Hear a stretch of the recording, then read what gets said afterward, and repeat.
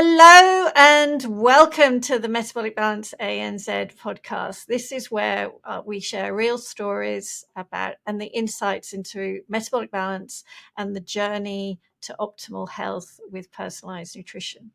I'm Cherry Wills, your host, and I'm delighted to say today I'm joined by Angela Caroll.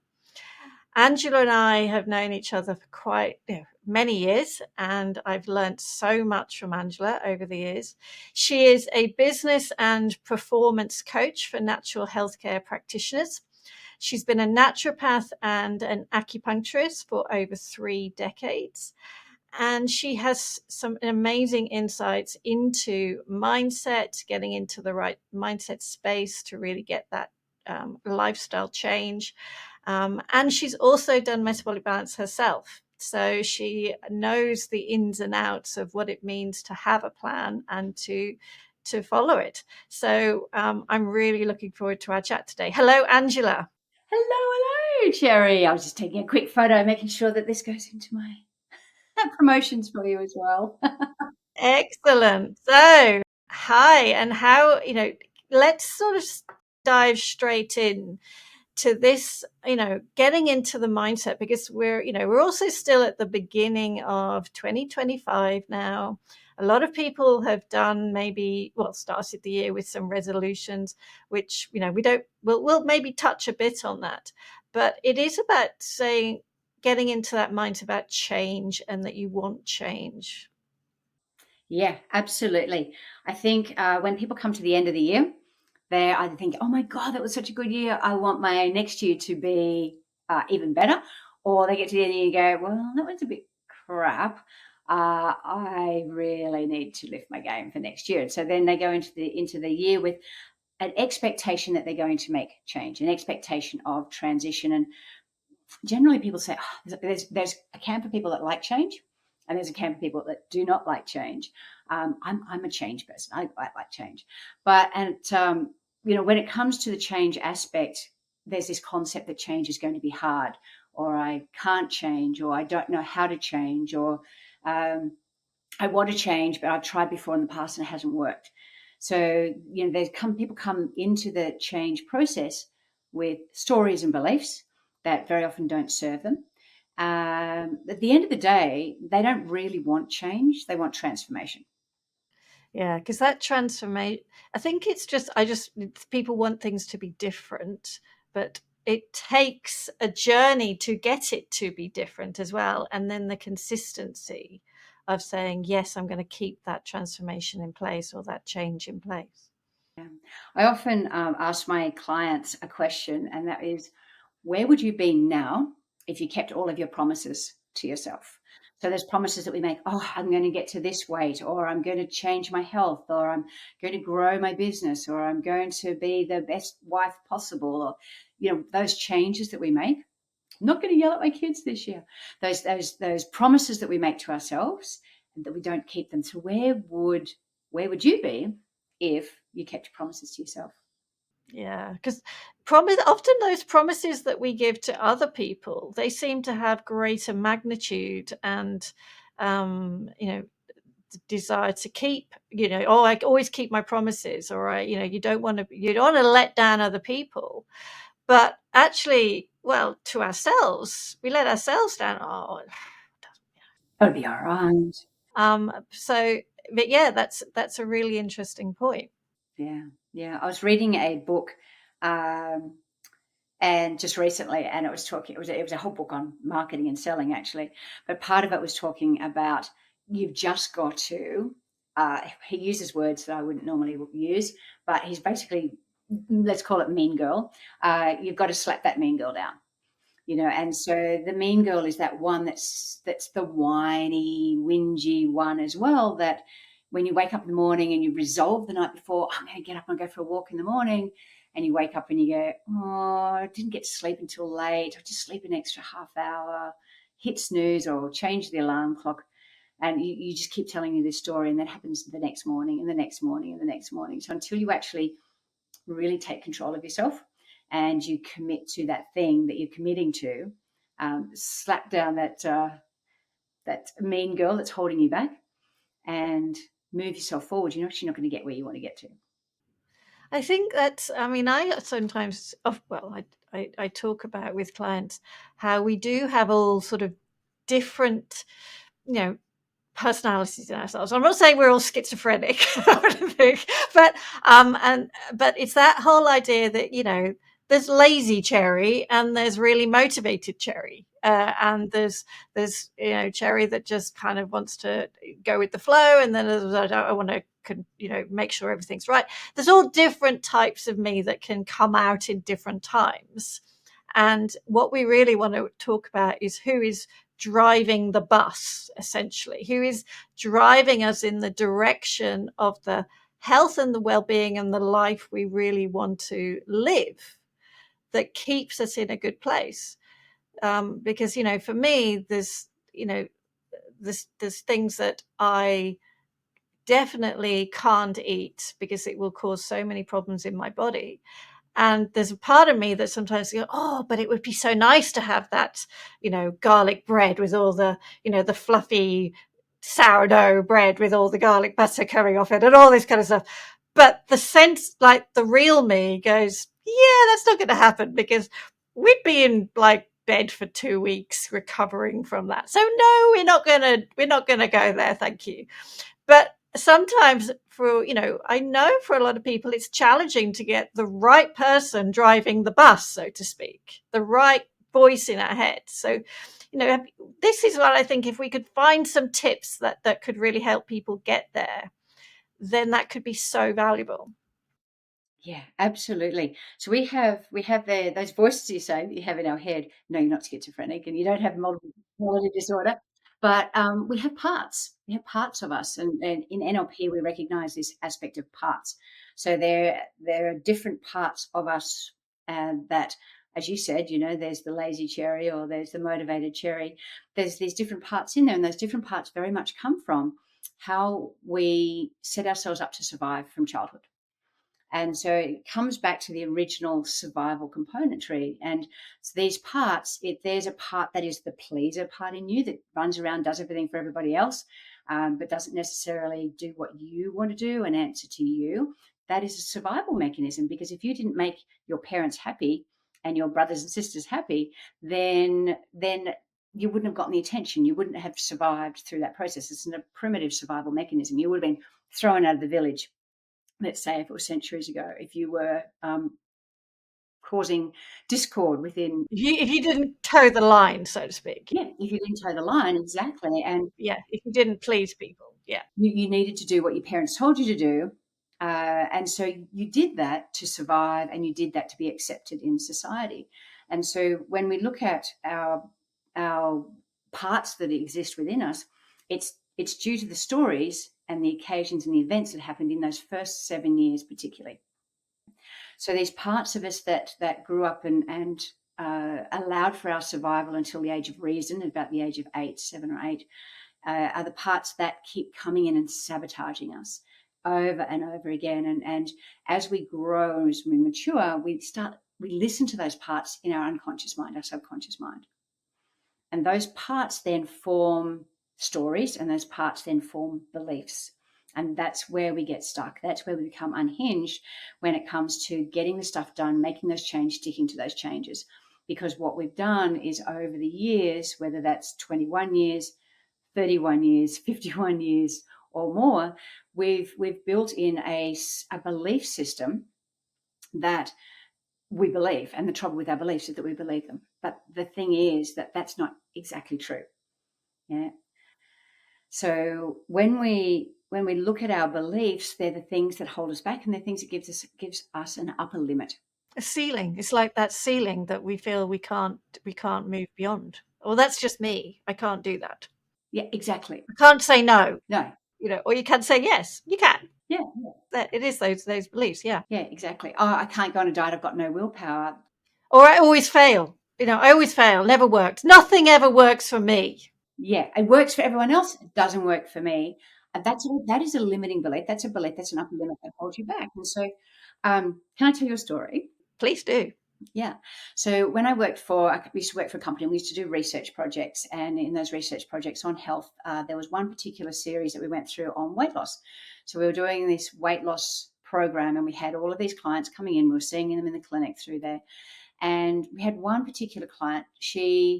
I think she weighed about 110 kilos when she first started. Yeah. And she got herself down on the program to 90 kilos. And once she got to 90 kilos, she started sabotaging everything that she was doing. Yeah, sabotaging. We did a bit of an intervention to find out what was going on for her. And she had never been in her adult life less than 90 kilos. So she didn't believe that getting under 90 kilos was possible for her. She had absolutely no understanding that was even her body. She didn't even believe her body could do that. So we did the intervention. We put her back on the program, kept going. She got down to 70 kilos. Yeah, she was absolutely flummoxed that she got down to 70 kilos. She was super excited. She was so excited by the fact that this upper limit had been completely broken. She'd gotten through, she'd gotten to this weight. She looked great. She felt great. Her energy was fantastic. Everything improved. Everything in her health improved. Her hormones, attitude, mindset, mood, anxiety, all of that stuff, all completely cleared when she got down to a healthy weight for her body. When her body was in balance, basically, when she felt good. Yeah. Her body was in balance. She felt awesome. And as a consequence, what I really love about that, she quit her job. Yeah, which had been a low paying job that was stuck in an office environment. And she went off and did what she's always wanted to do for her entire life. She got freedom, she traveled, she moved, new job, better income as a consequence of breaking through that upper limit. Yeah, absolutely. And we see that all the time when people do really, seize the opportunity, say yes, and and allow themselves out of the box or the corner that they've sort of backed themselves into, saying this will never work for me, or one of the things that people, I never keep it off. It's again, I lose the weight, but I can't keep it off, or it's not sustainable. That word to me, that again, this belief that healthy eating, looking after yourself every day, drinking your water, having a beautiful breakfast, that's not sustainable, is a crazy limiting belief, isn't it? It's an incredible limiting belief. Absolutely. It's really because they just don't know how. I believe, and you need accountability. So there's been research, lots of research that has shown that getting the weight off is the easy part, keeping it off is the hard part. So in research subjects where they got their weight down to where they wanted to be, their ideal weight, and they monitored that for 12 months, 2 years, I think 3 years. And they found that the ones who had constant contact with their practitioner, who constantly had the accountability, who were checking in, who were sticking to the program, they all kept their weight down where it was, and it was sustainable. It's the ones who left care, it's the ones who didn't stay with their practitioner, it's the ones who didn't stay accountable, who all rebounded. Yeah. It reminds me, just saying that, actually, it just popped into my head that isn't it a case that it used to be Chinese medicine that the doctor would only get paid when you were healthy, and when you were sick, they'd failed their job? And yet in the Western world, it's the complete opposite. But that is what I feel, having a natural medicine practitioner that you check in and they keep you healthy. That's really what we should be doing. Yeah. It's one of the things that I love about MB is that metabolic balance is that you've got the initial part that gets the weight off, and then you've got 2 more phases that carry on after that, so that the client doesn't go back into where they were before. My thing, and it sounds a bit mean, but my thing is I feel it's when the patient, the client disappears and then goes back to their old habits and rebounds with their weight when they put all that weight back on, I think it's the practitioner's fault. Wow, that's quite a controversial statement, because I would say it's it is about keeping the accountability and helping people see that it's that consistency of what you've learned.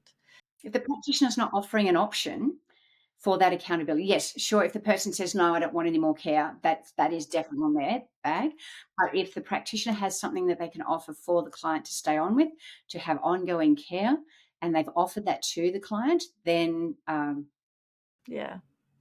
I think it's a very real thing to recognize. Rebound 100% will happen if you go back to doing what you did before. You can't do any short-term anything just for a period of time and say, right, now done that, I'm now resilient to any consequences of everything I ever do, and it's not sustainable. But because it totally is, but it does take having those good habits, having the desire to say, I want to stay feeling like this. And I think that's one of the things that drives me every day is I don't want to go back to feeling like how I used to feel. I want to carry on feeling like this, and I want it. So it's not attractive, me tucking into, like, going back to my fluffy artisan garlic bread that you can tell I would love to have, because there's a little part of me. I find that funny that the garlic bread's your weakness. Now I know. Yeah, oh, I adore garlic, and I remember adoring garlic bread. I've never liked it. I've never liked it. So the horses. Um, it's interesting. We're talking about going back to old patterns and habits. Is that when you get a result, it changes your belief of what's possible. Yeah, and that's one of the things that I really love about, again, metabolic balance, because it's pretty well fail proof. If you follow the program works. So we all have this thing called a success cycle. Yeah. And in the success cycle, it starts where we've all got a certain amount of potential. We've got potential to be at our best. We've got potential to operate at a high level. We've got potential at we've got huge amounts of potential as humans, but as our own personal belief in what our potential is. So if you take what you believe is you're capable of, and you take action based on your potential, you're going to get a result. And so the result that you get then changes your belief, so that you believe that is more possible. You believe you've got more potential. And then that feeds in to allowing you then to take better action, which allows you to then get better results, which then increases your belief to what's capable. And it's this cycle. But where it starts is, first of all, you've got to believe that you can make the change. First of all, you've got to believe that it is possible for you, even if you haven't seen the results yet. So it first starts with you, just a little grain of belief that, hey, maybe just for me, maybe this one time extra, maybe now is the right time. And then that little belief will spark the action that will give you the results, which will feed back, and you go, oh my God, this is working. Yeah. And the next cycle around. It's this upward spiral. I'm sort of seeing an upward spiral as opposed the awful a downward spiral of saying, oh, nothing ever works. I feel terrible. I'm just going to lie in bed. I feel terrible. That's a downward. But really what you're totally describing is this gorgeous upward spiral into saying, I can do this. Things can be different. This is the tragedy. You've really touched on, Angela, here, the tragedy that I hear so many people say. And I think it's what motivated me all those years ago for myself, and what keeps me motivated now all the time. It is a tragedy that people keep themselves in their pain points, locked in, keeping that limiting belief, that ceiling down on themselves, saying, I can't do it. And the potential of what could it be like? I remember it's reminding me of a beautiful client I had a few years ago now. And she was a mum, 2 kids, in a happy marriage as well. It was she was in a good place, but she felt the weight had crept on. She was possibly 15 kilos heavier than after the kids didn't feel happy in herself because of clothes didn't feel good. And she had a few gut issues. It was a couple of things that were all just not right. And she had headaches or backache. That was right. She thought her bed was giving her terrible backache. And she wanted to lose the weight. So we got going on it. Now, she thought she wanted to lose sort of 15 kilos. And I remember when she'd lost the 10 kilos and she was glowing. She felt so much better. And she came in, and I remember her telling me how they'd gone to the beach at the weekend, and her kids who were playing, just playing normal on the beach in the sand. And she said, I stood at the water's edge in my togs, in my swimming cozy togs, and I felt good just standing there, felt good in myself. She was not at any kind of perfect weight, because it's not about the perfect weight. It's about where you feel good. And and I just always remember just loving that story, that she no longer was hiding away from the beach, didn't want to go to and have those times with her kids because she didn't want to go in the water. She thought everybody was looking at her and all this kind of stuff. And she just felt good, and she had a beautiful day with her family. It always gives me goosebumps in some ways to just know that she had that good time. And the interesting thing was that it wasn't about getting to this perfect weight or going further.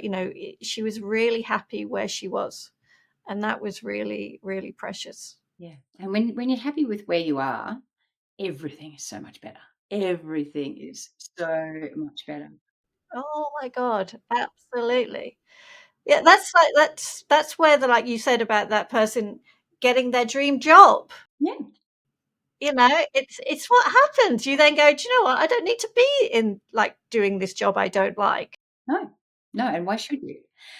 So I think, coming back to the whys, those questions and that deep dive that we did, and thank you for playing along so nicely, is, anybody listening can do that for themselves. Like really, I would even grab something to write on, pen and paper, and just why, and so what's that going to give me? Why? What's going to turn up in my life in a beautiful way? How's that going to impact? And you keep going down and down till you get something where you'll know when it hits into your soul. And that once you understand your why from that perspective, that will keep you going. Write it up, put it on a post-it note, stick it all over the place.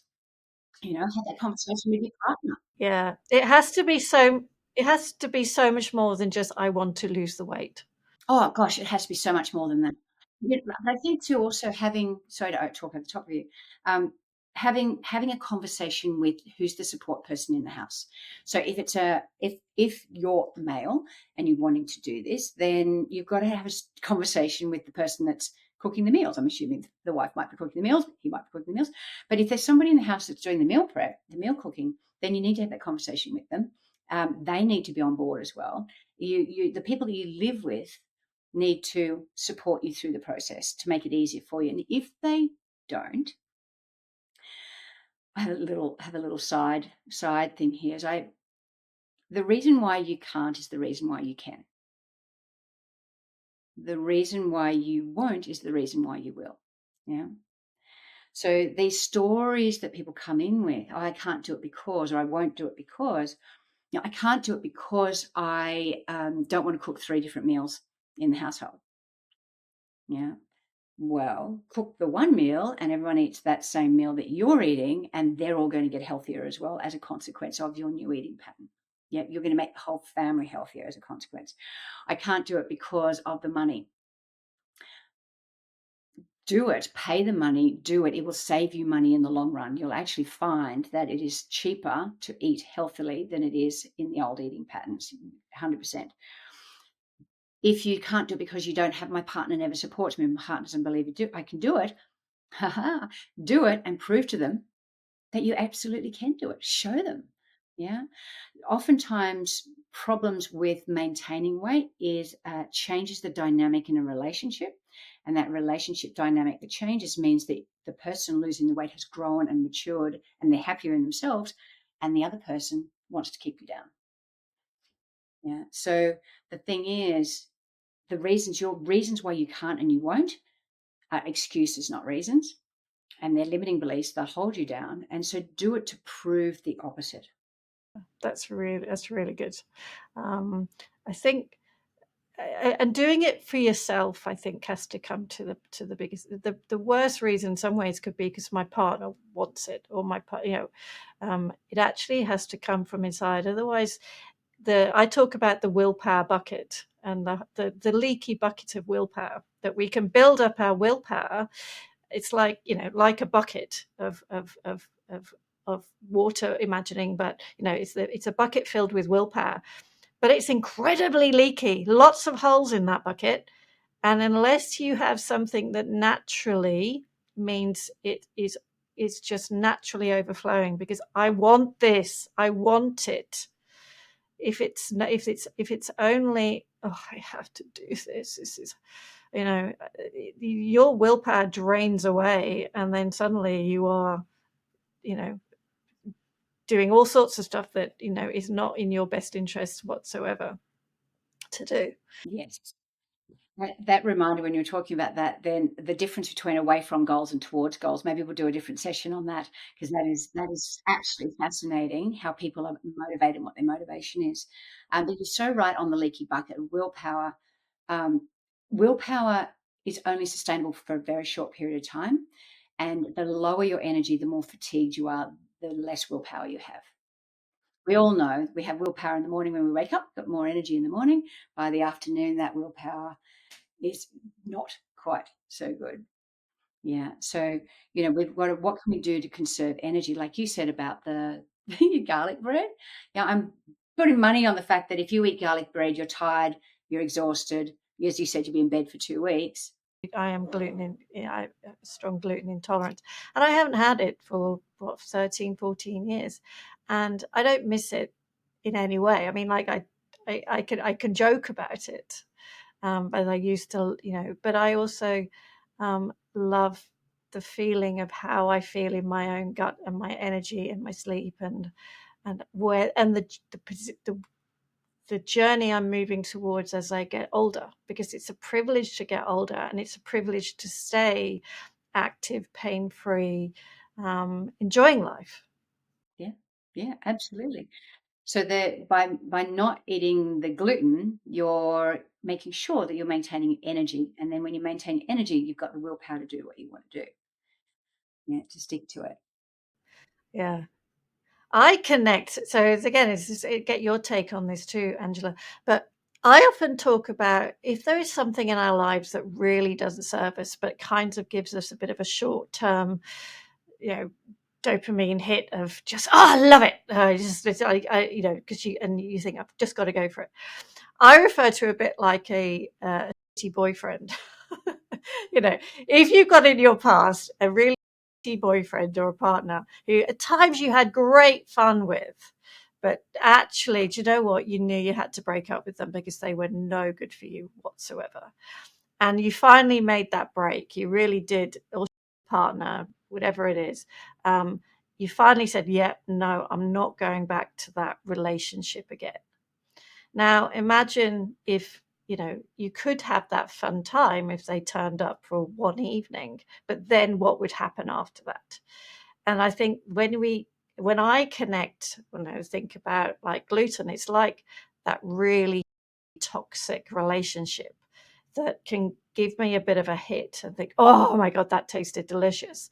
But oh my gosh, dude, now I'm suffering. Now they've trashed the house. Now they've completely messed up my entire life. Such a good metaphor. Yeah, absolutely. Absolutely.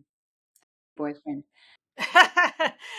But toxic relationship, I'm sure we've all encountered some of those people, and it's the same with changing anything. You have to recognize it's not serving you. It's like coming back to what we started at the beginning, the belief systems that we can if we don't understand where that belief comes from, and is it a real true belief, or is it a false one, essentially, that no longer serves us? Yeah, absolutely. And when we buy into those belief systems, remember we formed those in the first 7 years of our life. then effectively as a, let's say, a 38-year-old, the 7-year-olds are running your life. If you've got a 7-year-old child and say, "Hi, honey, what do you think I should do at work today? Hey, honey, what do you think I should eat today?" They're not going to give you great advice. But we keep doing that with our internal 7-year-old. We keep tapping in. We allow that 7-year-old to run our lives. Yeah. It's reminded me, I had a client years and years ago who I remember her telling me, yes, we don't drink plain water. Nobody in my family can drink plain water. All of us, I think it's a hereditary thing that we don't like plain water. And I was just like going, do you think it's just that your parents just taught you that when you were a child, and actually there's no genetic reason why you can't drink water? It's more that you've learned this, and it's a belief that's keeping you in play. Because a lot of people can say, I don't like drinking water, I have to have cordial, it has to have some kind of flavor to it. I don't. But actually, human beings physiologically can totally drink water. Yes. Yeah, absolutely. 100%. Yeah. And that's just not limited to water. There's so many beliefs that people have. I've got a beautiful little fruit and veggie shop in the little town where I live. And there's this awesome, the staff are just fabulous. And one guy, he is huge, like as in muscle mass, huge, young guy. He doesn't eat vegetables. Like he does. I said to him once, I said, which are the best tomatoes? He goes, I don't know. I don't eat vegetables. I think, you work in a fruit and veg shop, you don't eat vegetables. But he hasn't eaten vegetables his entire life. Yeah. So he was taught at some stage not to. Now he's got this fear about eating them. Yeah, and I think the fear can come from the unknown, though, isn't it? He doesn't quite know what to do. We're guessing, I mean, like totally guessing here, but it's a lot of, and I think that again is that it's really identifying what holds you back. Is it actually a fear of just thinking, I don't quite know what this is about. I'm a bit worried that it won't work, or that it's going to be too hard. But actually it's just the fear, and it's a recognition of that's an excuse at the end of the day. Yes, it is. Absolutely. And, your fears are just learned behaviors. However, having said that, if you have been one of those people who have been overweight, obese all your life, yeah, the fear can be, well, who am I if I'm not? This is not my identity. My identity, I am this person. I've always been large like this. And the fear losing the weight means I'm going to be a different person. And that can be a real fear. Yeah, that's a very interesting point.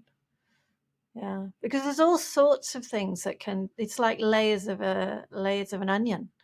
Once you start to change one thing, you're then impacting other areas. You're impacting other situations, and but seeing the direction that you can be going in to that pain and discomfort, because even we come back to the lovely guy in your fruit and veg shop, he's not eating veggies right now, but also he's probably a young guy, is getting away with it. Basically, the gut is only a little bit inflamed. Possibly, who knows what's going on for him in the bathroom every day? Who knows? But he's kind of getting away with it. But fast forward 5, 10, 15, 20 years, you're not going to get away with it. And I think that's also where we can see the continual imbalance manifesting more and more. The interesting thing, he was carrying out my veggie box to the car one day, and he was telling me he doesn't sleep. He's got constant pain. I said, "You just need more veggies." You need some nutrition to sort out your physiology of your cells and things. Yeah. So often people's problems will disappear if they're on a good diet. If they're on the foods that are right for them, the foods that won't cause inflammation, if they're on the foods that are specific for them and what their body needs, then I reckon, like, I don't know, what do you think? 80% of their symptoms will disappear, 60% at least, conservatively. Yeah, if we had the whole fresh foods in our world and none of the ultra processed foods and the soft drinks in the world, because it's all empty calories, it's no nutrition going on. If we could somehow magic those away, and we had a world of whole fresh foods with the modern medical advances that we have, and the surgical and the hygiene, and if we had all of that alongside the amazing food, I honestly think doctors wouldn't have anything to do. They would be like twiddling their thumbs, going, "Oh, what are we doing today? Oh, look, we've got somebody walking in the hospital. Oh, let's all help them." But as it is, because we have all of this terrible pseudo food happening, and the lack of that real nourishing self-care, hospitals are overwhelmed. It's the best form. If you are not eating well, you are not doing any type of self-care. Yeah, a lot of people do the meditation, or I'm going for a walk, I'm taking a bit more me time, I'm going to sit down and read a book. Okay, well, where's the food to nourish those neurotransmitters that are going to potentially be triggered, or all that. Yeah, you can't meditate yourself out of something you've eaten yourself into. No, yeah, absolutely. And so if we just sort of finish off with just your words of wisdom about somebody kind of who's just on the fence and thinking they can't do it. They have got this, I realized there is a belief, I don't think I can do, I don't think I can do dietary change. I can't, it'll be too hard. What would you say? Yeah. I would say you can't steer a parked car. So by that, take the action first and the momentum will roll. Nothing will happen until you take action. So you can sit and you can go round and round. You can sit on that fence for as long as you like, but at some stage it's going to get really uncomfortable. Yeah. How much longer do you want to wait? So take the action, follow the process, and see the results for yourself. Really, it's like I've done it myself.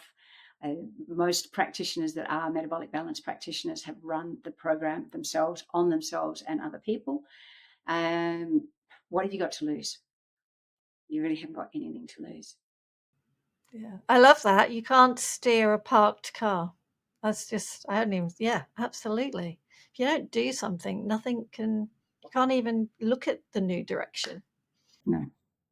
Great point to finish there. Thank you so much. And we will, definitely catch up again. And if anybody would like to hear more from Angela, if any natural medicine practitioners are listening to this, you are your website and your social media. Probably social media is the easiest. Finding me on Facebook or Instagram is probably the easiest way, and I'm pretty easy to find. Yeah, awesome. And reach out to a practitioner. So as a client, if you're listening to this and thinking, yes, I think I am ready for change, find your metabolic balance practitioner. There's a website link below as well. Okay, thank you so much. Thanks, Jerry.